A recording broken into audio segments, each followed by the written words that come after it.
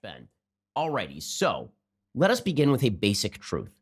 All the Democrats had to do was not be insane. That's it. That's all they had to do. I've been saying this since the day of the election of 2016.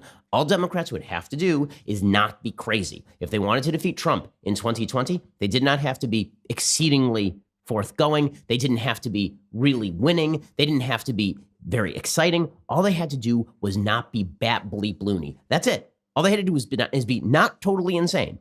Naturally, Democrats have been unable to do that. And so we have seen Democrats not only go insane over things like the Mueller report, but on policy, they've been swinging radically to the left. And that's not just true on things like Medicare for all, where frankly, there's a pretty healthy debate in the country over exactly which direction we should go with our national medical system. Should it be more regulated? Should it be less regulated? Medicare for all happens to be a controversial topic, but that is at least within sort of the realm of traditional American discussion. It's been up for debate since at least the 1990s when Hillary Care was discussed. Democrats have decided that they are going to go all out crazy on social leftist issues. And this is where you get into the issues, the kind of issues that divide Americans beyond all recognition. If you want the country to actually divide, all you have to do is keep putting your thumb directly in the social issues and just pushing. That's all you have to do, because there are certain principles that Americans are not going to compromise on. And if Americans are forced to choose between adherence to religious principle, adherence to moral principle, what they teach their children, and the dictates of the social left, they will stand with their own religious and moral principles. And if they are castigated as bigots, they are still not going to cave to the social left. They're not going to cave to the editorial board of the New York Times or the anchors at CNN. They're not going to cave to the board members at the Human Rights Council or the Human Rights Campaign who tell them that their attendance at church and they're teaching scripture to their children or teaching their children traditional natural law principles about human behavior, that this is somehow bigotry, that this somehow manifests animus. They're not going to do that. And if the Democrats, if the left in this country decide that they're going to shut down religion in the country, if they decide they're going to shut down any moral principle that differs from theirs on very personal moral issues, including issues regarding how they raise their children with regard to gender and sex, then this country is simply not going to last. Because if you have states like California that decide to go full social leftist and effectively make illegal any viewpoint that is not the social left line, everybody who is not that is going to have to move out of the state. And you're going to see a vast separation in the country. And if you want two Americas, this is how you're going to get it. Not through economics, not through Medicare for all. Those are open debates that can be had. But if you are fundamentally questioning the principles of a fellow American to the point where you are effectively threatening to indoctrinate their children with your principles because you think that your principles are so sacrosanct and their principles are so evil, well, that is the basis for actual conflict in the country. I don't think it'll come to armed conflict in this country. I think instead what you will have is a vast population separation and then a mutual parting of ways if this continues. The reason I say this is because I actually spent some time watching that Democratic town hall last night, the so-called equality town hall, the LGBT town hall. And it was not about equality. It was about discrimination against religious people. It was about rage against people who disagree with the prevailing social left agenda. It is that simple. That is what that was. And it was not about we just want tolerance. We just want acceptance. First of all, tolerance and acceptance are not the same thing. They are not. I tolerate lots of behavior that I don't accept. I tolerate lots of behavior that I believe to be wrong, right? That is what it means to be American, is to tolerate viewpoints and behavior that you may not think is wrong, but that does not actually change your life or hurt you in any way. Okay, toleration and acceptance, not exactly the same thing. But the Democrats want to go one further, and that is celebration. Eric Erickson, my colleague, has said before, you will be made to care. And it's not just you will be made to care. Right? It's not just enough for you to throw up your hands and say, listen, do what you want, whatever floats your boat. That's not enough. What the left wants is your approval. Right? It's not just acceptance, it's approval. They want your celebration. If you are not properly celebrating, this is evidence that you are a bad, bad person who's benighted and indoctrinated by centuries of religious bigotry and all of this. And the Democrats went full bore on that last night. They were cutting campaign commercials for Donald Trump last night. If you want Americans to go out and vote for Donald Trump, do this. Because I'll be honest with you, over the last week, Trump's had a terrible week. Trump's had an awful week between all the impeachment gate talk and Ukraine and President Trump pulling out of the Kurdish areas of northern Syria and getting blowback from his own party for that. It's made him an extremely unattractive candidate for a lot of people in the middle and even a few people on the right. But if you want people like me to walk over broken glass on my knees to vote for Trump, all you have to do is tell me you're going to outlaw my synagogue. That's all you have to do. All you have to do is tell me that you're going to tell me I can't raise my kid the way I feel I should raise my kid. Because let me tell you something. You don't know my kid's name. You don't know a damn thing about my kid. And I will raise my kid better than you will. And yes, I'm talking to you, Elizabeth Warren and Cory Booker and Amy Klobuchar. If you think you can educate my kid better than I can educate my kid, you can go F yourself. And I know there are millions, tens of millions, probably hundreds of millions of Americans who feel the same way. And what we saw last night on CNN was an abject attempt to seize the reins of cultural conversation, not just to push, not just to convince, but to cram down. If you are talking about using the heavy hand of government to cram down your social viewpoint, you are no different from the people who you label theocrats on the other side. You say that there are people who are theocratic on the other side, these evil, horrible religious people who want to use religious principle and ram that down on you from above. Right? This is what the left is constantly claiming. And I keep saying, I don't see the theocracy. Where is it? You keep saying Mike Pence is a theocrat. Please name the things that are theocratic that Mike Pence has done. But your religion of social leftism, it is indeed a religion. And you are the ones who are seeking to take control of a government and then use it to destroy how I raise my child, the people with whom I associate, how I practice my religion. I've not done anything to you. I've not done anything to you. I was libertarian on same-sex marriage before Obergefell. Okay, the fact is that you are still trying to come in and wreck my community. You're trying to wreck how I raise my child. You're basically at the verge of threatening my ability to raise my own child. It's insane. I'm going to show you clips from this Democratic town hall in just 1 second. And you will see the animus for religion. You will see the desire to use the federal government as a club to beat into submission anyone who disagrees on social policy. You want a country to last, you have to live and let live. It was funny. I thought that was basically the slogan of the gay rights movement, right? It was live and let live. We're not bothering you. Leave us alone. Fine. Good. Okay, well, I'm not bothering you. Leave me alone. And if you don't leave me alone, well, then I'm going to have to fight back. I'm either going to have to move or I'm going to have to fight back. Those are the only two choices you are leaving available to people when you will not let them live and let live. And when you dictate that their entire way of raising their children is morally wrong and benighted, and that and more than that, not just morally condemning those people, which is fine, right? It's a free country. You can morally condemn whoever you see fit. And by the way, the left should know this, right? They're busy morally condemning everybody who disagrees with them that there are 93 separate genders, that attack helicopter is a gender. They're busy telling everyone who's like that they're ignorant and terrible. But they have no such sympathy for people on the right who say, you know what? I disagree. And I think that there are only two genders, male and female, and that my child is born the biology that they are born. Or that I believe, according to natural law principles, that heterosexual behavior is morally superior to homosexual behavior, not because of religious principle, because of natural law principles that men and women belong together, that they produce families, that produce children, and that is not in any way a justification of discrimination against people who are homosexual. That is not in any way a justification of nastiness against people who are gay. That is not in any way a justification of people discriminating against people who behave in certain ways. But that is a moral judgment. I get to make that moral judgment in my own life and with regard to how I raise my kids and live my life, just as you get to make a moral judgment about me. It's a free country. Feel free. Whatever floats your boat morally. But I'm willing to say that. Some people, a lot of people on the left and the Democratic Party are simply not willing to say that. They're not willing to acknowledge that in any way, shape, or form. And that is what we are about to see. It's not just about social disapproval of people who disagree. It's about using the power of government to target people who disagree. And this is where you raise everybody's hackles. It's not just about you saying that I'm morally wrong because I disapprove of homosexuality on a religious and natural law level. You can say that, fine. First of all, I don't even care. I don't even know why you care what I think about these things.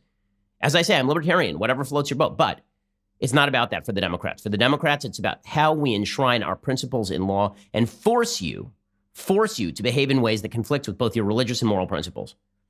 And you want to break apart the country? This is the way to do it. We'll get to more of this in a second. We're going to jump into this Democratic town hall because it was truly insulting on virtually every level. I mean, when Barack Obama suggested that religious Americans are bitter clingers, clinging to God and guns and religion, when people talk about the scorn that the high-level left has for traditional Americans and for basically everyone living somewhere between Los Angeles and New York, this is what they are talking about. We'll get to that in just 1 second. Okay, so in any case, this Democratic town hall was a full-scale display of insanity. Let's start with the most ardent of the Democrats. So it used to be that Bernie Sanders was the voice of the most crazy Democrats. Now it's Beto O'Rourke. Beto is desperate for attention. And because he's desperate for attention, and he's just standing outside every Democratic forum, sort of like the weird balloon guy that you see on the top of car dealerships, or just kind of waving his arms all wild like a crazy guy. That's Beto O'Rourke now. Like Beto O'Rourke will say anything for attention, but he does represent the at root, most radical and most true democratic positions. So yesterday, Beto O'Rourke said the thing out loud. Last night, he said the thing out loud that Democrats have refused to say. I've been saying that this is what they want for years. I've been saying for years that the real danger of the social left movement in the United States is that they were going to go up against every church, religious institution, religious school in America. That their goal was going to be to use same-sex marriage not to preserve the ability of two men to have tax benefits for being married, or two women to have tax benefits for being married, or anything like that. That was not the actual end goal. That was not going to be the end of the road. The end of the road was going to be using laws that make such marriages enshrined, sacrosanct by law, using those to club into submission and destroy religious institutions. The next step would be to do the Bob Jones University move. The Bob Jones University move, back in the early 1980s, there was a federal tax case in which the IRS decided to remove tax-exempt status from Bob Jones University. Why? Well, because Bob Jones University had an anti-interracial dating policy. The policy was benighted and stupid and ignorant and immoral. Okay, Bob Jones had that policy. There was nothing in IRS policy that suggested that you could simply remove tax-exempt status from organizations that had such rules. But the folks at the IRS decided, you know what, we don't like what Bob Jones University is doing. It's discriminatory, tax-exempt status removed. So the Supreme Court ruled that they could do that. They could remove tax-exempt status. Well, by basically equating same-sex marriage, which is not the same as interracial marriage, but equating the two, by saying that race is the same as sex when it comes to marriage, which is a patently insane position because male and female are inherently different in a very, very different way than people who have different skin colors.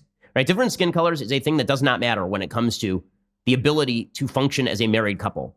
Okay, when it comes to two males and two females versus a male and a female, one of the key functions of marriage, historically speaking, has been the production and rearing of children. When I say one of the key functions, I mean really the key function.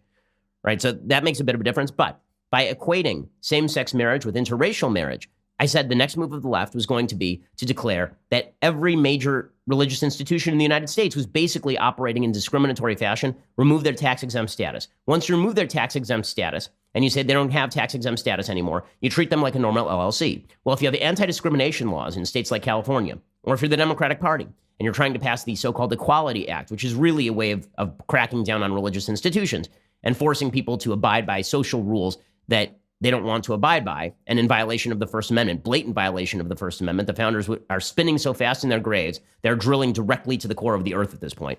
Okay, the fact is that the goal here would be to then kick these religious institutions from 501c3 tax-exempt institutions into normal LLC territory, and then declare that those LLCs are in violation of non-discrimination policies and shut them down as violative of law.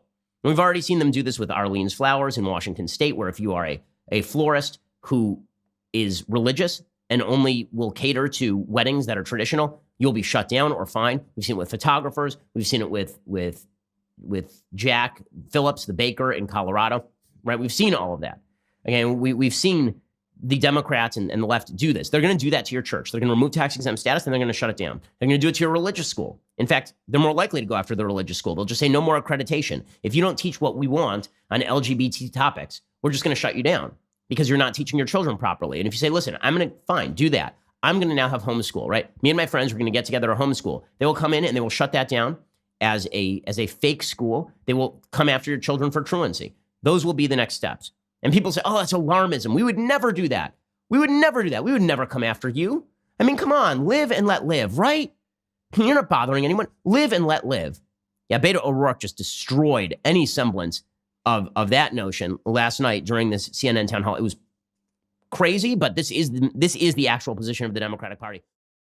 So as I say, the Democrats decided they're going to cut a bunch of ads for Donald Trump last night. Beto O'Rourke led the way. Here's Beto explaining that colleges and churches that oppose same-sex marriage should lose their tax-exempt status. So he is saying exactly what I have been saying for 10 years. People have been saying that I was alarmist about all of this.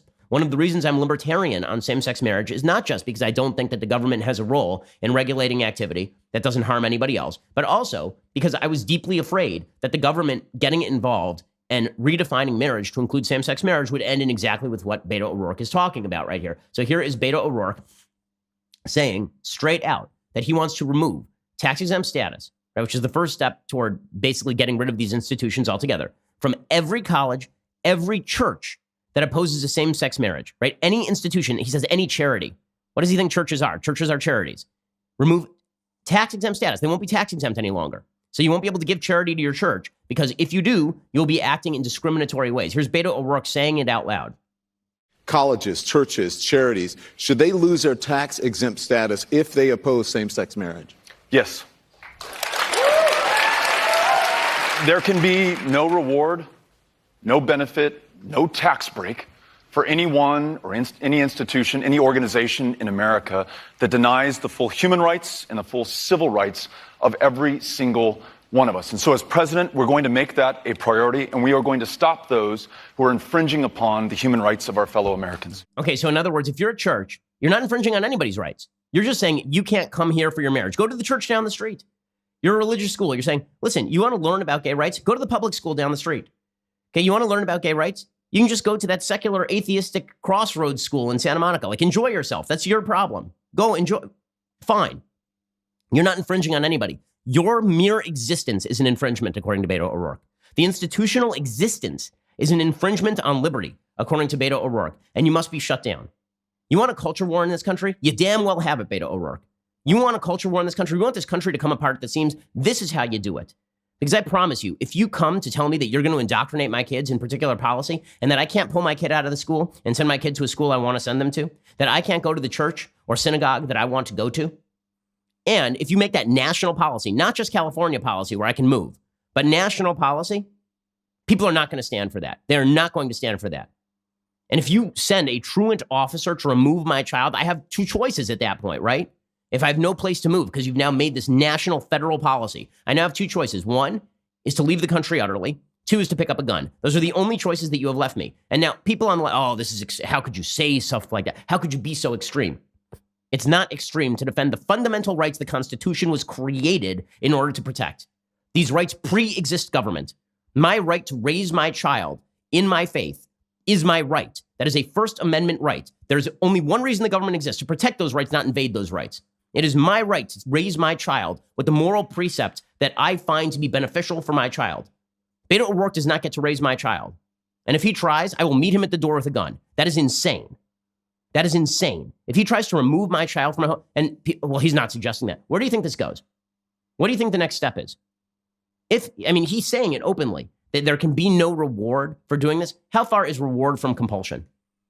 How far is reward from compulsion? Because the Equality Act basically suggests that businesses should be shut down if they disagree with Beto O'Rourke. Okay, I'm looking 3 steps down the road. This is where this is going.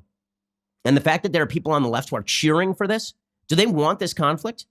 You want to live in a country with me? I want to live in a country with you. I disagree with Beto O'Rourke on all this stuff. He's still an American. I still want to live in a country with him. He obviously doesn't want to live in a country with me or anyone like me. He wants us changed to meet his definition of the good, his definition of the higher moral decency. The answer there is no. And it wasn't just Beto O'Rourke last night. As we'll see, it was a bunch of candidates. And if they weren't saying it out loud, that was the basic theme. The basic theme was, we are going to cram down on all of American society our views on what this is theocracy. It is theocracy of the left. It is religious rule of the left, because there is no data to back this up. Okay, this is not a data-driven, social science-driven teaching. This is not driven by evidence. This is driven by a religious conviction that the leveling of all human beings and the attempt to level all human behavior to the same moral level is an inherent good. That is a religious, faith-based belief. There's no evidence of it whatsoever. I'll show you the lack of evidence for what these folks are saying in just 1 second, because it's patently crazy. We'll get to that in a moment. Okay, so it's not just Beto O'Rourke who has been doing this extremist routine. It's also Cory Booker. Here's Cory Booker yesterday suggesting that Catholic schools across the country, he's basically suggesting we should shut down every Catholic school in America, Cory Booker. He says Catholic schools across the country are using religion to justify discrimination. Insane. And so for me, I cannot allow as a leader that people are going to use a religion as a justification for discrimination. I could respect your religious freedoms, but also protect people from discrimination. And as I said in an earlier answer, I grew up in a household where my parents talked to me about how people used to use religion to justify the discrimination against African Americans. I cannot allow? Who the F are you, dude? You cannot allow? Guess what? That's not your right. My right is to act in ways that don't harm anybody else. And if I choose to have an institution where I am going to elevate heterosexuality above homosexuality, that is not harming anyone else. You don't have to participate in that institution. It's a free country. I mean, you have institutions where you don't tolerate my religious beliefs. I don't expect that when I walk into a mosque that suddenly they're going to start practicing Judaism. I don't expect that when I walk into an atheist meeting, they're going to start keeping kosher. And I don't expect that when I walk into the offices of the Human Rights Campaign that they're going to start handing out literature from Leviticus. Like, why in the world would you not express the same degree of tolerance toward people who disagree with you than toward people you agree with? If you are only tolerant of people who agree with you, this is a good indicator you're not a very tolerant person. You will not allow, first of all, the very implication that the reason that Catholics are against homosexual activity is simply out of bigotry and discrimination is an absolute ignorance of Catholicism. It's an absolute ignorance of the natural law history of Catholicism, of the natural law arguments with regard to human sexuality. For the same reason that Catholics are against abortion and contraception, they're also against homosexual activity. Namely, they believe that the end of the end of the sexual act is procreation, and that because sex is directed toward procreation and toward the deepening of relationships that end with procreation, heterosexual sex ought to be favored over homosexual activity, or, by the way, over activity that ends with pregnancy outside of marriage, over adultery, over polygamy, right? I mean, there are plenty of sexual rules in religion, and picking out one of them and pretending that that's the only one that matters is pretty insane by the left anyway. It demonstrates a full-scale lack of understanding of how religion works. But notice that for the left, they truly believe, many people on the left, like Booker, they truly believe that practice of religion is in and of itself discrimination. Okay, well, guess what? Religion is exclusive. Okay, my synagogue is about practicing 613 commandments. And if you don't practice a commandment, that'd be a sin. Catholic faith. One of the tenets of Catholic faith is that you have to believe in Jesus. If you don't believe in Jesus, you're doing something wrong. Now, you have to have a faith in Christ. And if you don't, then you're excluded from the Catholic faith, right? You are not a practitioner of the Catholic faith. Is that discriminatory? Sure, but that's called religion. Okay, and guess what? Cory Booker is discriminatory too, because I am barred from the kingdom of heaven because he and I disagree on social leftism. Amazing. Tolerance only flows one way. It only flows one way. It flows from people like me, religious people like me. They don't have any problem with Cory Booker feeling what he wants to believe, or Human Rights Campaign believing what they want to believe, or GLAAD believing what they want to believe. Do what you want, man. It's a free country. But that tolerance does not extend back the other way, not in any way, shape, or form. And you can't have a society that operates this way. By the way, Cory Booker is crazy. Okay, Cory Booker was asked about the Pulse terror attack. For those who don't remember the Pulse terror attack, it was up until the attack in Las Vegas, I believe, the deadliest terror attack in the United States since, and we still don't know if Las Vegas was effectually a terrorist attack or a mass shooting. It's kind of on that fuzzy border of classification because there's no actual political motive there. We know the motivation in Pulse, where 49 people were killed at this gay bar. The motivation at Pulse was Islamic radical terrorism. Cory Booker tries to blame it on white supremacy because we can never mention the intersectional conflict between radical Islam and gay rights. Whenever Cory Booker or Beto O'Rourke are attacking someplace, notice how they always attack synagogues and churches. They never have anything to say about mosques that believe exactly the same thing as synagogues and churches on traditional sexual morality. Now, here's Cory Booker being a moron and suggesting that white supremacy was responsible for the Pulse terror attack. On June 12, 2016, I was present as a man with an assault weapon murdered 49 mostly LGBTQ people of color at Pulse nightclub. I was very lucky to make it out. Unfortunately, my friends were not. That night, we were reminded that LGBTQ people, specifically those of color, are often, too often, the targets of hate violence. With the rise of violence against trans women of color, how will you ensure that law enforcement is equipped to treat marginalized victims of crime with dignity and respect? So first of all, very clearly, it is a national emergency. The majority of the terrorist attacks in this country since 9/11 have been right-wing extremist groups. The majority of them have been white supremacist and hate groups. And I will elevate, as President of the United States, an office on hate crimes and white supremacy to make sure it is a presidential level effort to protect our country as a whole. But I'm not stopping there. We need to have a Department of Justice that recognizes this as a problem and investigates hate crimes. We must